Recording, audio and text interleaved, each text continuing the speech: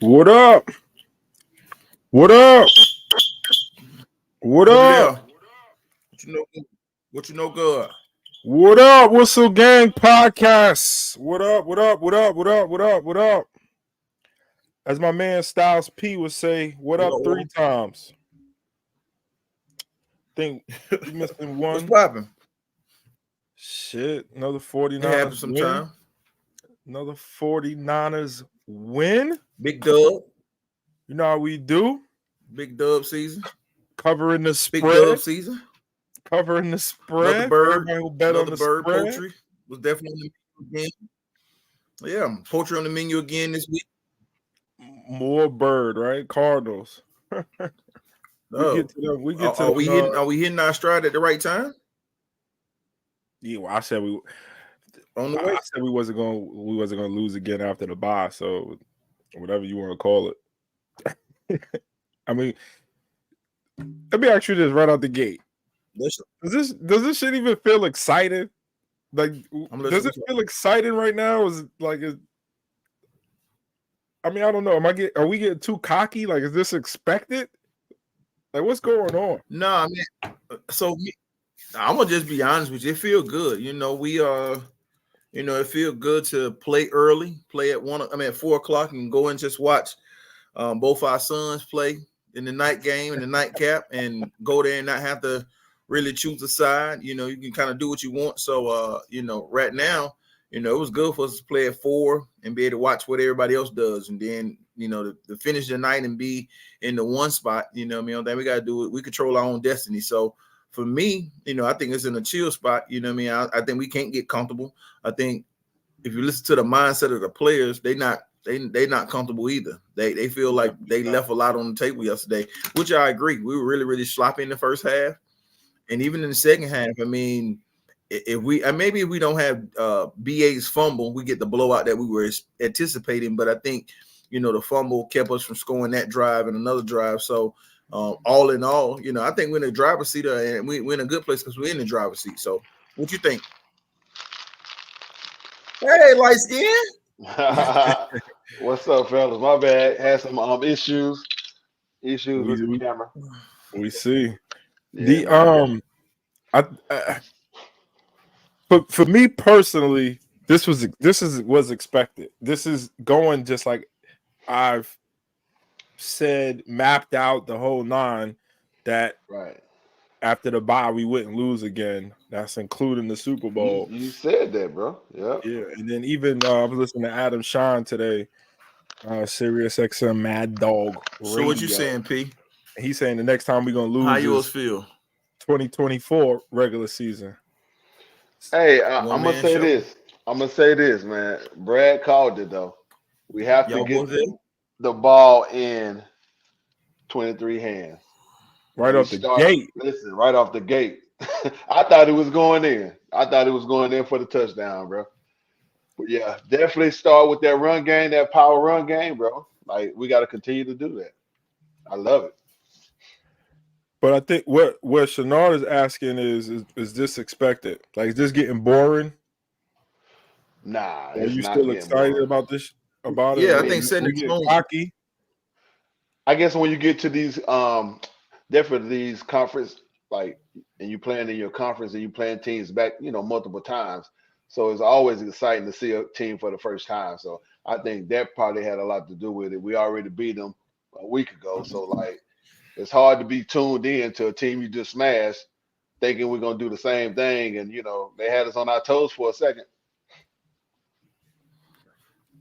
Listen, it's interesting. I think for us to win and get to the destination we want and the end result we want, I think everybody in our path, we're going to end up being beaten twice, if not 3 times, because if you look at it right now, we beat the Cowboys. That everybody want an alignment that they're going to be on our way to our Super Bowl run. Same thing with the Eagles, that they're going to be somewhere along our Super Bowl run. We have to beat them again. Same thing with the Ravens. We're going to spank them in a couple weeks, Christmas night. Right. And then again, they may be, right in our path for getting our ultimate destination is getting that one. So this ain't going to be an easy task, but, I think, to your point, P, is, we expect to be here. We got to be able to take from, and just like in boxing, I'll fight you one time. I learn a little something. Even if I win, I still learn a little something to be able to be more prepared for the next time. So I think we got to be dialed in that capacity, and we can make it happen. Crawford will still beat the shit out of your boy from Dallas. Shout out to Bud Crawford. Shout out to Bud Crawford. Outside boys here. We outside. So my guy, crazy. Speaking of McCaffrey and yesterday's game, let's talk about yesterday's game first. Mm-hmm. When you rewatch it or you see the highlights and stuff, if you go back, that 73-yard touchdown run. Did y'all see the block that BA? Man, yes, he timed it perfect too. So he didn't get the flag. He waited till Buddy turned around, so it's not a block in the back. Hey, timed it perfect, bro. Yeah, BA caught the safety in the middle of the field, and then when he got off the block and started chasing McCaffrey, he zoomed past McCaffrey and caught up to him again and pancaked him for 60 yards down the field. That's the definition of, bro. If you're not blocking in the Shanahan's offense, you're not getting the ball. Right. Listen, but also in that same one, I mean, we gave Ayuk a lot of credit, but he got to finish the block the first time. We don't want no leftovers. You can't go back and eat that food again. If he eat that food the first time, we never cut back. We go all the way in. We don't never cut back. That cutback was actually on the guy that what was that? That BA was initially blocking was the safety. I mean, we end up having to cut back off him. If BA the first time, it's over with. Hold on. Let's go back to the fly. What was that? Some Augusta shit? Hey, we need to do it. Hey, we got to do a whistle game bloopers behind the scenes. Hey man, I didn't know what that was, but you see what like dragging. I mean, yeah. Yeah, I didn't know what that was, boy. He about had you, my boy. He about had you, my boy. Yo, for everybody out there tuning in, we appreciate it. Please make sure, one, you hit that share button. Secondly, if you're on Instagram, we cannot see your comments, but please continue to share and watch. If you're on YouTube, hit that subscribe button. Also, hit that little bell button at the top. That will notify you every time we go live here on the channel. So appreciate the support. So the comments, we can see YouTube, Facebook, and we'll respond and obviously show a lot of them on the show. So what were you guys impressed about yesterday? No, forget. Let's start with the ugly first. Let's start with the ugly. Let me go because let's start with some ugly. I jumped into them highlights just a little while ago before we got on the show, man, and that's why you was late. Nah, that's not it. But yeah, I feel like we was like lackluster in our tackling, bro. We wasn't wrapping up. We was like trying to knock people down instead of tackle them. Like, we can't do that. You had what was it? What's buddy name? Lockdeer. He like breaking tackles left and right, bro. Yeah, we got to stop that. We got to make the tackle, wrap up, put them on the turf. Yeah, it was a lot of missed tackles yesterday. Oh yeah. Big play. Greenlaw missed one right in the hole on Kenny Walker. Kenny Walker got busy on him, hit the juke move, ran for like another 20 yards. I was pissed about that one. Oh yeah. Fred missed a tackle in the open field yesterday. Yeah, a lot of missed tackles yesterday. Was not feeling that. Were you about to say, Shenard? Yeah, mine gonna be on the turnovers. Mine gonna be on the turnovers. Mine, I think BA turnover. We know we got to close that ball up. We done blew past somebody. We ain't got great top end speed. We know we got to come up on that ball when guys trying to punch it out. I think the interception was, what I mean, I seen it on the diagram. They showed it that, maybe BA was supposed to come back and come right back down the stem. Maybe he's supposed to go up and treat it like a post and drive it back down. And he just kind of threw him into a spot and ball pops up. I mean, the two turnovers, we don't have those turnovers. I think we got a blowout. And again, I think sometimes we are lackluster on we're gonna try to throw the whole kitchen sink at backup quarterbacks. I mean, they learned right before the game that Drew Lock was gonna start at quarterback. sometimes we gotta just throw the kitchen at them. You know what I mean? And I would like to, think that our defense can hold up. Lastly, take away from yesterday, just ugly. Secondary, too many penalties and just fighting. I don't know what Lenoir's on yesterday. Like we got to be a better team. We never can play down to somebody else's level. That is not what we built to do. We got too much great senior leadership on our team, and we got to be able to kind of develop ourselves outside of that. That's back-to-back weeks we would have had injections though. 2 players got kicked out, so back-to-back weeks we got to tighten down on that. You know me, I don't mind the physical. I'm always down for a fight. And I just showing the boys ain't backing down, and they're gonna control Metcalf. Metcalf is a big boy, and if you let him get out of hand, you let him get really physical, then he gonna punk you. And them boys just ain't taking it from Metcalf. Yeah, I feel you.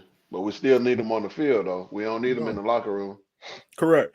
But on the positive side though, piggybacking over Chanel just said, the secondary played pretty well. It seems like Lockett gets off no matter what. For years. That's him.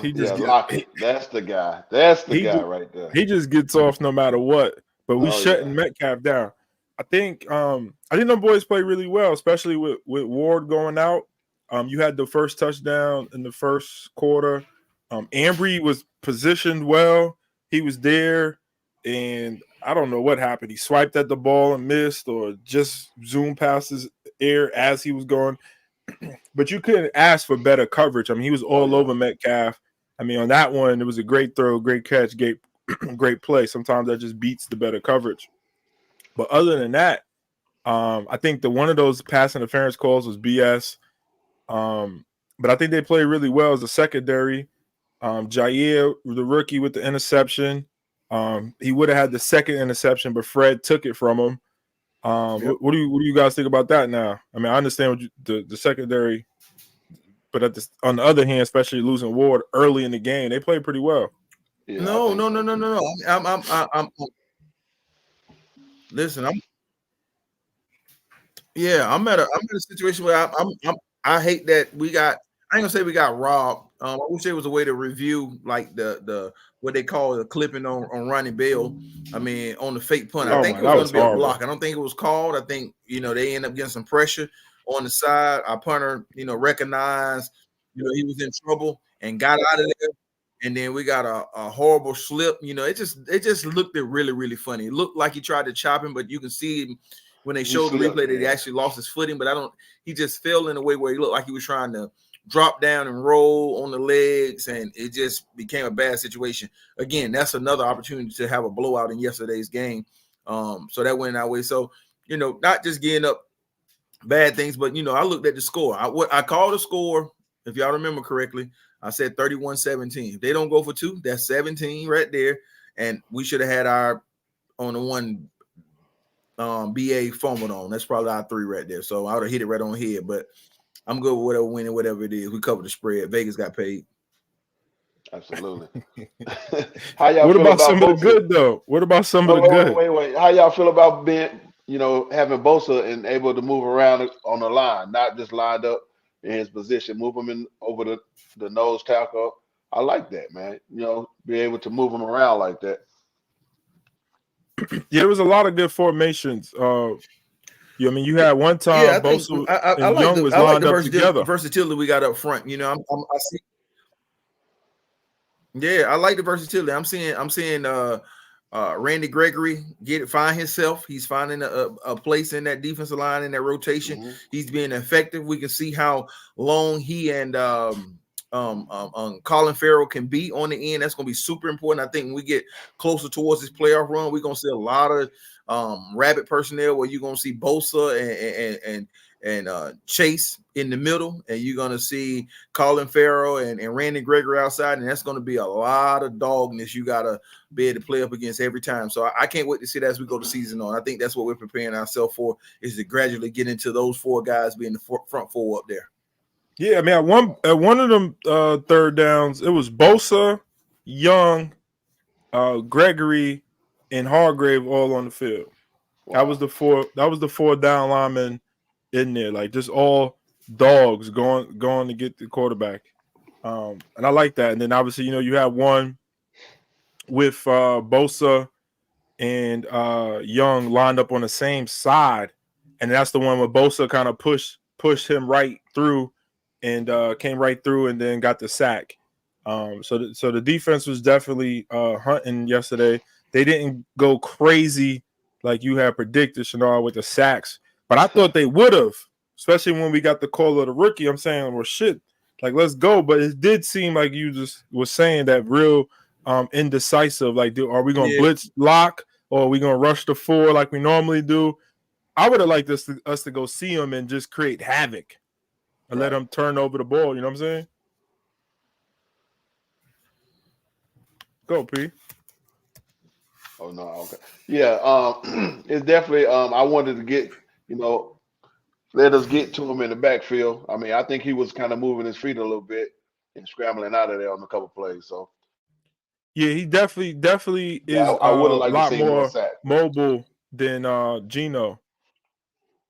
Oh yeah. Yeah, a lot more mobile. He got than out of Geno. there a couple of times. Yeah, so he was definitely able to get out of there. But overall, I mean, obviously we played pretty well. We won the game.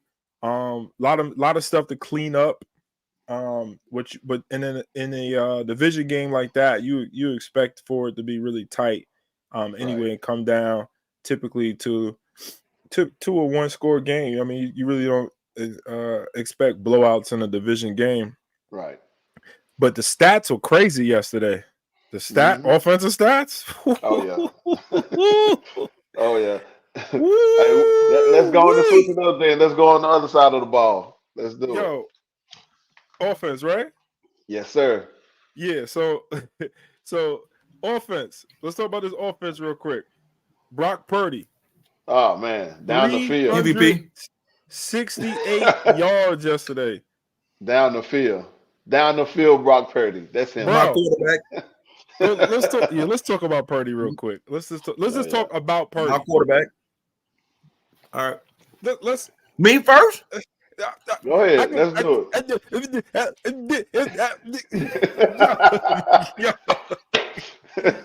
Hold on, real quick before you go in, Shannar. Real quick. So the press conference last night, they asked him what happened on the Debo throw to touchdown. My man says literally he dropped back. He saw that Adams was coming in down hard like he always does. Adams is not a great cover. He's a run stopper, sack the quarterback. He's really a linebacker. Mm-hmm. He said that he saw Adams' feet flat foot. I'm sorry. He saw that Adams was flat-footed, and he knew that Debo's route was the third in the progression, and that his route was going deep. And once he saw him flat-footed, he made the determination, I'm going to Debo, because Debo gonna run right by him, and I'm gonna overthrow him the ball. And he put it on him right over Adams. He didn't have to slow down. He didn't have to speed up. It just hit him like if he was handing it off to McCaffrey in the backfield and Debo scored. He was the third. I don't want to talk crap about Jimmy or whatever. If that was Jimmy, though, even Trey, whoever, the first read was Juwan. The ball would have went to Juwan, and we would have had a 6-7 yard play, and that would have been the end of the play. But that's the type of stuff that I like about Purdy, is that he's taking the home run throws. He's looking for the home run opposed to just the single. And that's the difference between what the media thinks of Brock Purdy. Right. It's opposed to what Brock Purdy really is. Clay, we already talked about the Purdy stuff like episodes ago. Stop. So we already talked about that. But go ahead, Shannar. I'm gonna let you. He already apologized, Clay. He already did it, man. We good on that one. No, Clay, you're right. Clay, every time we get online, he should apologize for what he should do. But we should start the show off as he apologizing. No. Go ahead, though, Shannar. Take it away. Tell us about Brock yesterday. I'm gonna be honest with you. I'm gonna be honest. I'm gonna go by. I listened to the interview that Trent Williams had about Brock, and they were saying that he was saying if Brock was drafted where My boy Zach Wilson was drafted. We were talking about MVP, unanimous disc, Hall of Fame, all that. But because he was drafted as Mr. Irrelevant, they don't want to. The NFL don't want to don't want to wear that stain on their jacket for being that many scouting departments missed a kid that has this kind of intellect. So I believe in that 100%. Trent said it's not the system. We've had a bunch of people in this system that can't do what he do. The anticipation, the where he puts the ball in tight windows, the chances that he takes with it, how he creates and makes stuff happen. Like you said, Debo was the third option yesterday. He waited and bought time for Debo to get open. Right? He bought time. He looked. He analyzing the defense. Yeah, I told Jerome, one of the guys yesterday at the game watch. First of all, Jamal Adams got on 4 and 6, 8 wristbands. Anybody looking like a linebacker and think he's gonna stand back there, I'm going at him anyway. He ain't nothing but a linebacker. So absolutely, he ain't nothing but a linebacker. Yeah, but no. Brock is exactly who I thought he would be. He is composed when everybody else is haywire around. He makes big time throws in big time games. He's not always trying to get it on one throw and get it all back in one throw, even though he can. People don't give him the credit for the arm and talent, throwing from different angles, throwing from different platforms, and putting the ball in different places. People don't give him the same credit that they give to Pat Mahomes and the Aaron Rodgers and the Josh Allens in the world. Even the Trevor Lawrences, he makes some of those throws as well. But my boy Brock Purdy, again, but he is exactly who we need. Somebody who is not running to the cameras, trying to be seen, has to be the show of the team. We need somebody calm, cool, and collect, and we got exactly what we wanted in this situation. And he coming off an arm injury at that, arm surgery. My guy, MVP Brock Purdy. Say no more. Say no more, man. So to continue to stay on the campaign. Yesterday, McCaffrey, 16 carries, 145. My boy Mason got in there, got his touchdown. He had 4 carries for 20 yards. He was 5 a clip. And I bet you he's not going to be hurt today. First of all, he got a gift. Yeah, he got a gift. He got a gift. He got a gift. But that boy early Christmas present. He got an early Christmas present. Yeah. He got a gift. He got a real gift. Oh yeah. Debo. They made sure Debo got his. Yeah, right. They ain't do the same. Yeah. We went how many games we went making sure McCaffrey got a touchdown. Now you don't give it to him after the 70-yard run? Man, he don't need it. 7 carries. Make it make sense, man. 7 receptions for Debo, 149 the touchdown. BA 6 receptions for 126. Kittle 3 for 76. I mean, it was just oh my gosh. And then going back to BA over 1,000 yards back-to-back seasons. Give it up. Somebody pay my man BA. Pay BA. Yeah, got to be paid. He got to hold on to the ball and got to make them catches though. We need to pay BA. But this offense is clicking on all cylinders. I think if you load, I don't know why you would, but if you load the box, we're going over the top. If you come in your dime package with 6 D-backs, we just gonna run the ball down your throat. How do you stop us? Like, what can this is when I talk about boring and expect, like, what do you do? Like, how you see them, you can't win. You can't win. Like, what do you can't win. Like, how do you stop us? Like, what do you do? And then you got Trent. Like my man Dan Orlovsky says on ESPN, Trent, if you want to be real technical about everything and be real, Trent Williams is probably the MVP of the league, and he is the best player in football.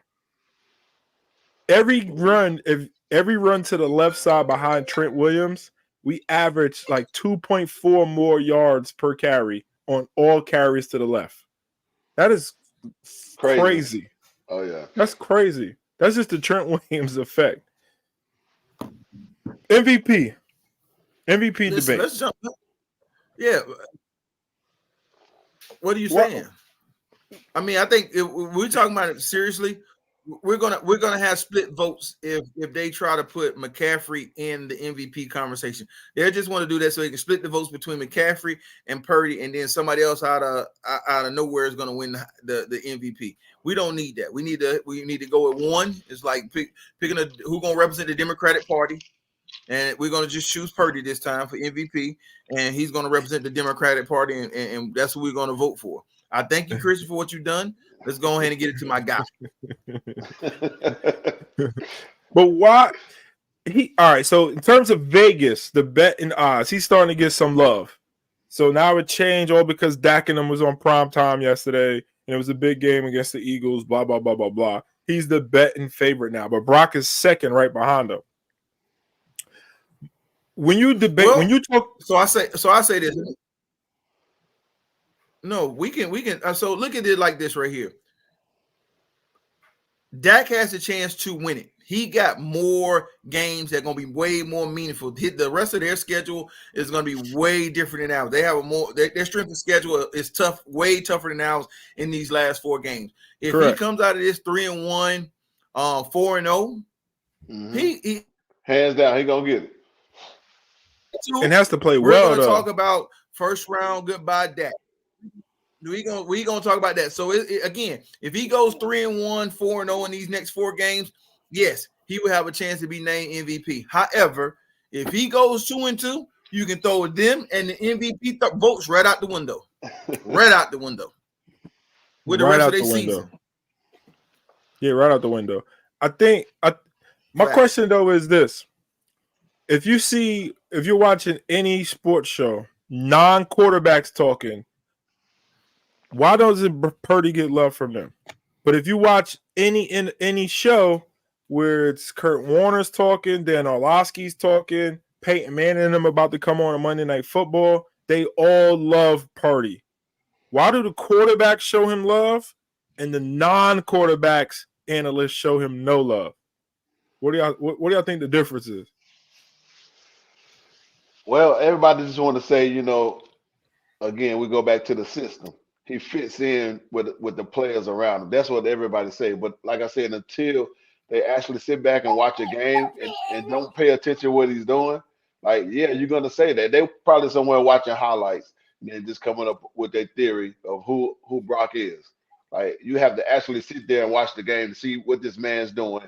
He's extending the play. He's going down the field. I know we heard people talking about, he's 10 down the field, 5 down the field. Now he's going deep down the field. So, and he's playing through all his progressions, not just hitting the first man off the line. Right. So he's playing great football right now. So at some point, they have nothing but left but to give him his respect.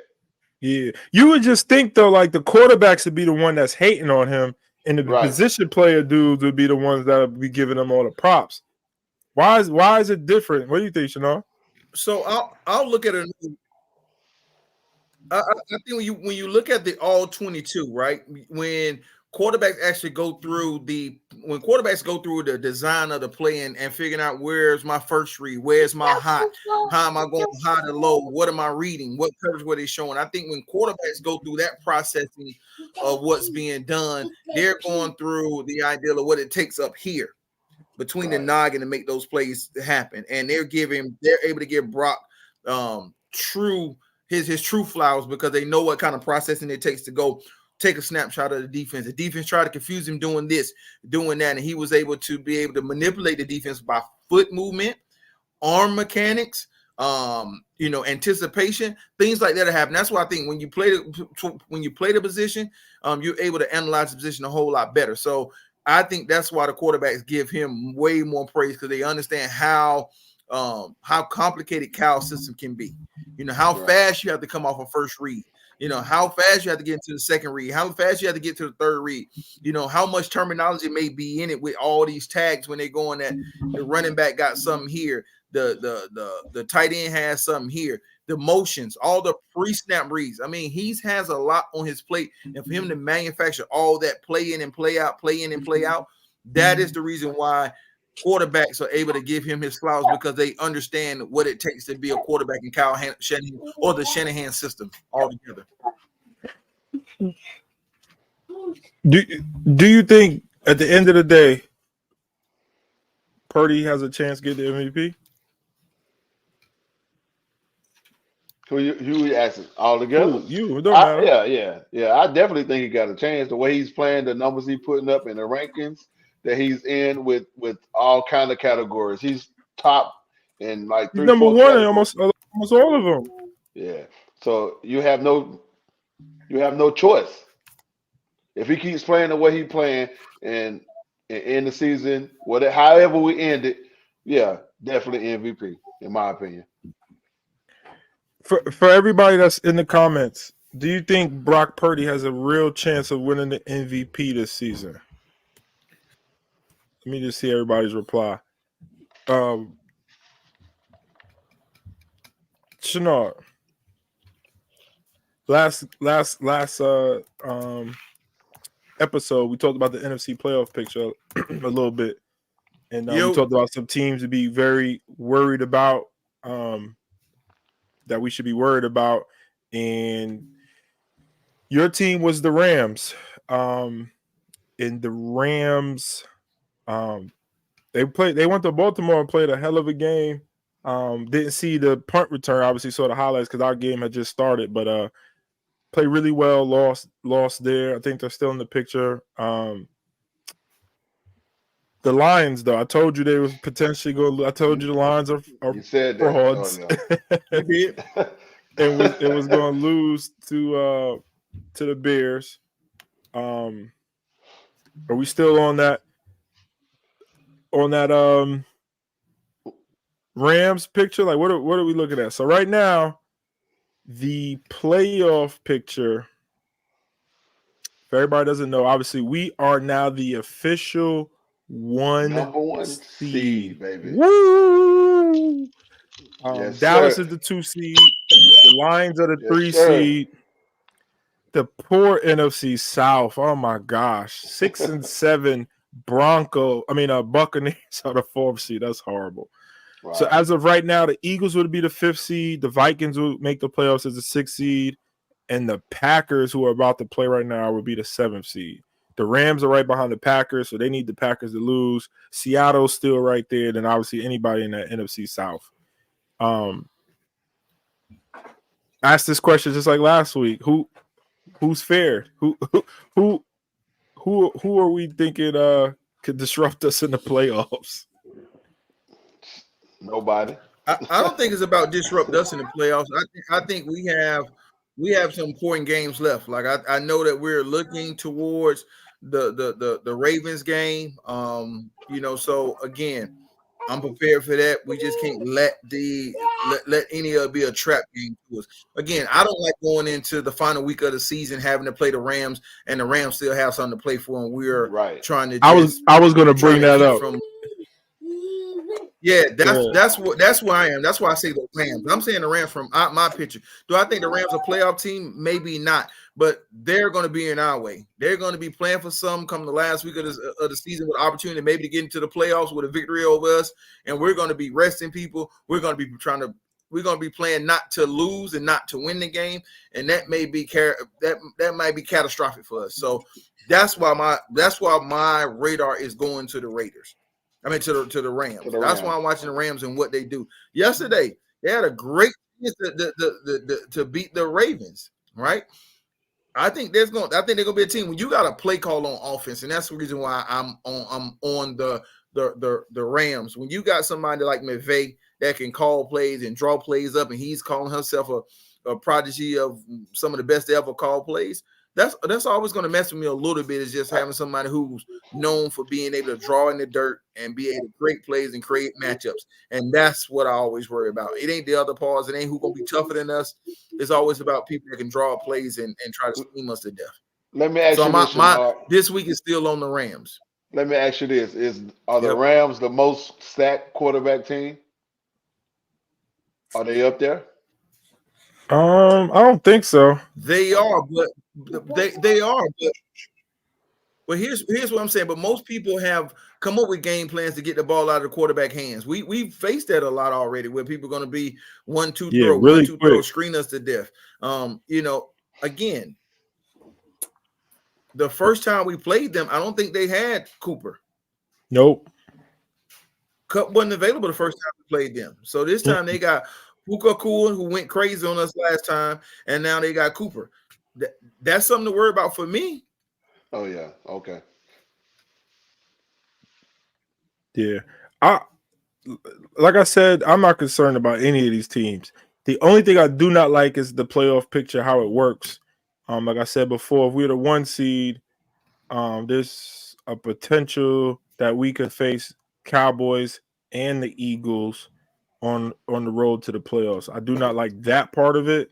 But other than that, I mean, we will be in the Bay. We'll have the Cowboys outside on grass, and the Eagles. I think the Eagles are just, I ain't gonna say finished, but I think we finished the Seahawks yesterday. I think we just finished them. I think they're done. I don't think we'll hear from the I think like Shenard is saying, I think the Rams finished second in the West. Yeah, but I'm not gonna give up on the Seahawks. Listen. I told a couple Eagle fans last night, I'm betting with the Seahawks this Sunday. I'm betting with the Seahawks. I think the Seahawks got a fighting chance. I think Philly really looked that bad to me. The last 2 games, Philly has looked that bad. They didn't look great against Buffalo, right? Right. I'm not great. Big fan no, they haven't looked good all season. They look bad. They been escaping, getting lucky. They look bad. Yeah, they haven't been playing good. Yeah, that's what I say. I said that them playing with the backup quarterback gave them a better chance. I think they had Geno yesterday. I think we would have dominated them a little better with them having Geno. I think having Drew Lock yesterday gave them better chances and better odds against us yesterday on what the things that Drew Lock is able to do. He ran away from my defensive line a couple of times in the first half. Those are the things that Geno hasn't really been able to do, is run away from pressure, right? So I still give Seattle a puncher's chance this Sunday. Monday night. I'm sorry, Monday night. I'll give them a puncher's chance Monday night versus the Eagles. Who wins the South? Who wins the NFC South? Man. T.I. Off the top of your head. I don't have the schedules. I don't have nothing. Who just wins? T.I. over G. Say T.I. Say T.I. T.I. wins the South. T.I. Who the hell cares? I mean, because they're gonna host the playoff game. They're gonna T.I. over Jeezy. No, Gucci Mane. Gucci Mane. Real talk though. It's because they'll host the playoff. Wait, hold on. It's because they'll host a playoff game, and they have the potential, and they're gonna host either Dallas or the Eagles. Now, even though the Eagles lost and they're down a little downward spiral right now, the Eagles went out. They have an easy schedule. They still win the division, so that means the Cowboys will be the 5 seed, and the Cowboys will go face whoever wins the South. Do you think any of those teams in the South could beat Dallas? That's pretty much my question. Dallas, I think Dallas being a dome Dallas, team, yeah. I don't think if Atlanta was to win the South, I don't think Atlanta will want to host Dallas inside the dome. I think that doesn't fit well for them. If it's Tampa Bay, I think Tampa Bay can potentially sneak either one of them because it's outside on grass. Especially Dallas. Dallas doesn't play well away from home. I think Dallas needs the home field advantage to have advantage in the playoffs. I think Philly has a better chance of being able to go on the road and play. Again, I just don't think Atlanta wants Dallas as their first round opponent because I think they're going to get blew out of the Georgia Dome. What about the Saints? There are a lot of talent, but it'd be indoors like what you're saying on the turf. Man, they actually just beating up on themselves. Really, that's why they win the games. They beating up on the Panthers and teams like that. So poor Panthers. Poor Panthers. All right. Yeah. With that said, who do y'all think could beat Dallas and the Eagles in the South, man? Let's see it in the comments. But with all that being said, we're gonna get out of here. Monday Night Football on. You got 2 games on tonight. Really no implications for us besides maybe the Packers. They win in the playoffs. I don't think we'll see them. I don't. It really doesn't matter. Like I said, I'm just on my cocky shit right now. Like we gonna win and beat whoever they line up in front of us. But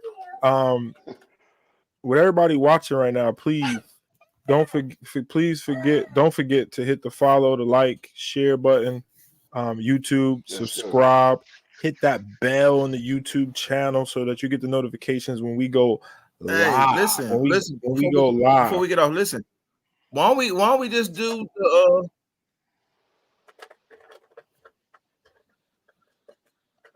listen, why don't we watch some of the game together? Why don't we just go live on Instagram or Facebook and watch the game together and just commentate the game like the old like Eli and Peyton Manning. Eli and Peyton. But the black version? Hey, that sounds like a good plan, but I'm gonna watch it with my eyes closed. I'm gonna be on Instagram with my eyes closed. Because I'm going to sleep. We go to sleep. Listen, absolutely. My Niners ain't playing. Guess what? I ain't watching. We will be back live Thursday night, 7:30, with a big time special guest. A huge announcement coming Thursday night. Thursday night, big announcement, 7:30. Tell a friend to tune in. We have a major guest, 7:30 Thursday. With that being said, we appreciate you guys for tuning in and watching. It is the Whistle Gang Podcast. We are out. Appreciate it.